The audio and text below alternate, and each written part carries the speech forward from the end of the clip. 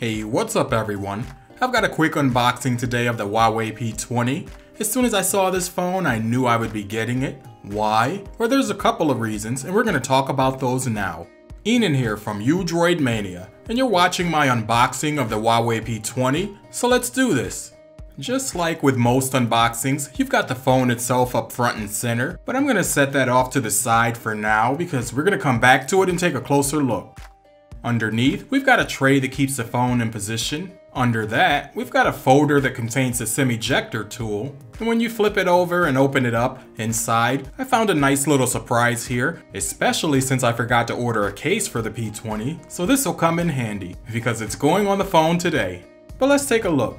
Whenever I get a new phone, I do like to have a bit of scratch protection, so for now, this one's gonna have to do. Okay, so it's a gel case, it's pretty thin and flexible, but it's all good. There's also some warranty information and a quick user start guide, neither of which I think we need anymore. I mean, right now I'd rather have a website link. Anyway, we've also got a USB-A to USB-C cable. There's also some Apple-like earbuds here, which I'm not even sure I'm gonna use, but we'll see. And of course, following the trend, the headphone jack was removed on the P20, so we've got a USB dongle here, and I can already tell, you can see here through the wrapper that they've taken some notes from Apple on this one, which I actually think is a pretty good idea, so no complaints from me. Next up, we've got the power brick, which I will be using, since this phone doesn't have wireless charging, and that's it. As you can see, the box is empty. And with that, we're back to the main attraction, the Huawei P20. Personally, as soon as I saw this phone, I knew I would be getting it, and depending on how much I like this one, maybe the P20 Pro too.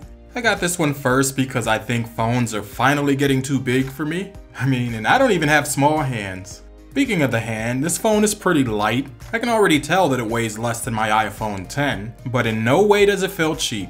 When looking at the display, I can see here that there's a film screen protector, so we'll see how long I use that.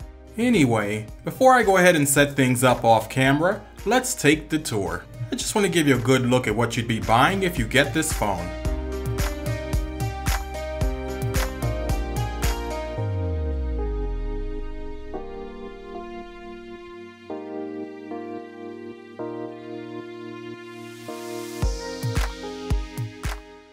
When it comes to my first impressions of the P20, it's just as nice as I hoped it would be, and for now with the included case, I've got some protection from scratches, which is also nice. Being that this phone is not being sold in stores in the US, when it comes to accessories, they might be hard to come by, but I can deal with that.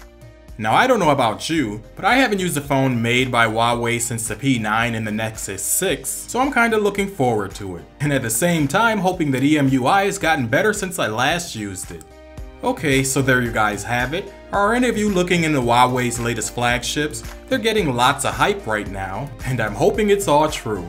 Yes, they've jumped on the notch bandwagon, but I've gotten used to that with my iPhone 10 and Essential phone. So for me, that's not a deal breaker. I'll be using this phone as my daily driver for the next couple of weeks, so get those questions ready. If you've enjoyed this video, do leave a thumbs up, and if you're new here, go ahead and click that subscribe button for more. As always, I'd like to thank you for watching, and I'll talk to you in my next one.